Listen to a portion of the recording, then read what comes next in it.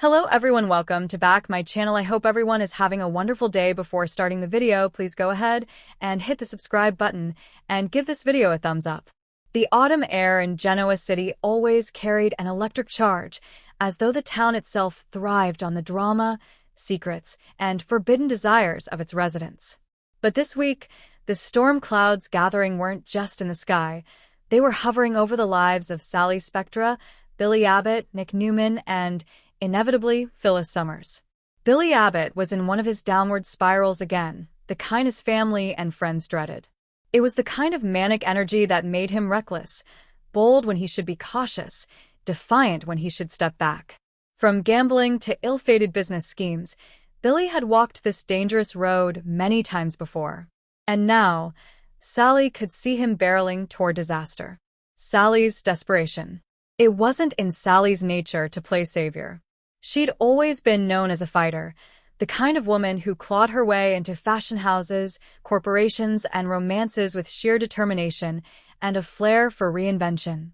But the longer she watched Billy's eyes grow dark with obsession, the more she realized she had no choice but to intervene. "Billy, listen to me," Sally said one evening in the Grand Phoenix Lounge, her voice sharp but edged with pleading. "This isn't about winning or proving something to Jack or Victoria or whoever you've got stuck in your head right now.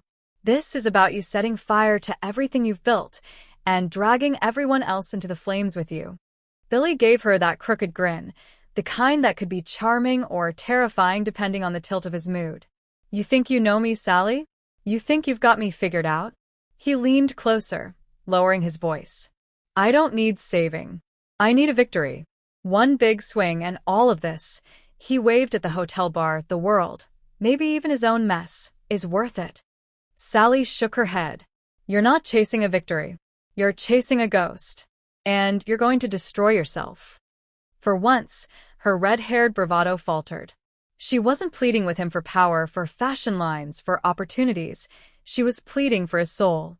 Nick's burden. Meanwhile, across town, Nick Newman was pacing his living room, trying to keep his own storm at bay. He'd spent his whole life caught in the whirlwind of Newman family scandals, but lately, his focus had shifted. His concern wasn't just about corporate wars or Victor's manipulations. No, this time it was personal, and her name was Phyllis Summers. Nick knew Phyllis had a magnetic pull toward danger. It was what made her irresistible, and what made her impossible. She thrived in the chaos, sometimes even created it. But with Billy on his spiral, Nick couldn't shake the dread that Phyllis was going to be in the wrong place at the wrong time. He replayed their last conversation in his mind. "Relax, Nick," Phyllis had said, brushing him off with a wave of her hand and a sly smile. "I can handle Billy. I've been through worse." But Nick didn't believe it. He'd seen the way Billy's desperation could suck people in like quicksand. And Phyllis, with her fiery loyalty and dangerous curiosity, would never resist stepping in if she thought she could fix things or manipulate them to her advantage. Nick poured himself a drink, but it did nothing to quiet the gnawing fear that his ex, the mother of his daughter, might end up caught in the crossfire of Billy's reckless schemes. The confrontation. The breaking point came late one night at Society, where the atmosphere was unusually tense. Billy was hunched over a corner table, laptop open, his fingers flying across the keys. His whole body vibrated with restless energy. Sally found him there, her heart thudding in her chest. "You're doing it again," she whispered, sliding into the chair across from him. "You're plotting your downfall." Billy didn't even look up. "I'm plotting a comeback." Sally's hand shot out, snapping the laptop shut. "No. You're plotting a disaster. Look at yourself, Billy. You're obsessed. This isn't business anymore. It's personal, it's vindictive, and it's going to destroy you." For a moment, the mask cracked.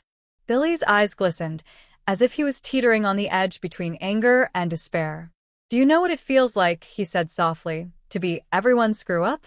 To be the guy who can't hold it together, no matter how hard he tries? I can't live like that, Sally. I can't."